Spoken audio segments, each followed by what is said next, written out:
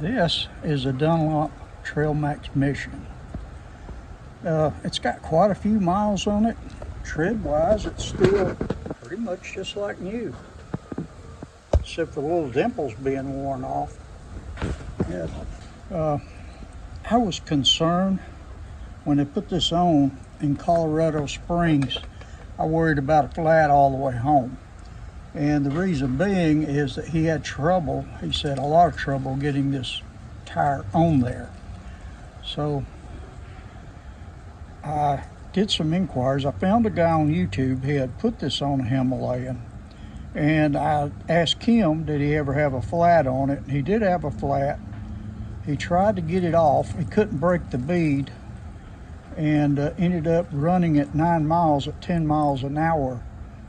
To get it serviced, and it never did come off the bead while he was riding it. He still couldn't get it off when he got to the garage. So, yeah, that worried me even more, because if I'm out in the middle of nowhere, I got to be able to fix this thing.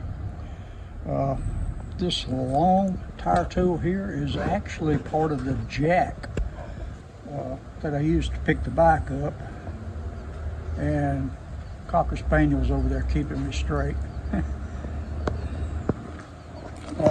Bead pros broke a bead nicely, no problem there, but it was quite hard to get over the rim. I did scratch some paint, but that's okay. I'll just put some touch-up paint on it. They scratched it all up trying to get that thing on there in Colorado Springs, and actually didn't charge me for mounting the tire. I had to get some touch-up paint painted up. I'm gonna put it back together now. These are the tools that I had with me. That's a Baja No Pinch, a Feed Buddy, a small one over there. That's the part of the Baja No Pinch.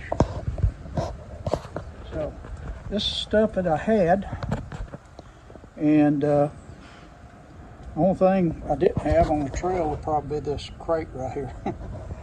I do love the tire. I was going to get one to put on the front, but I was real worried about being able to fix it out in the middle of nowhere. So I pulled the tube out just enough that I could patch it.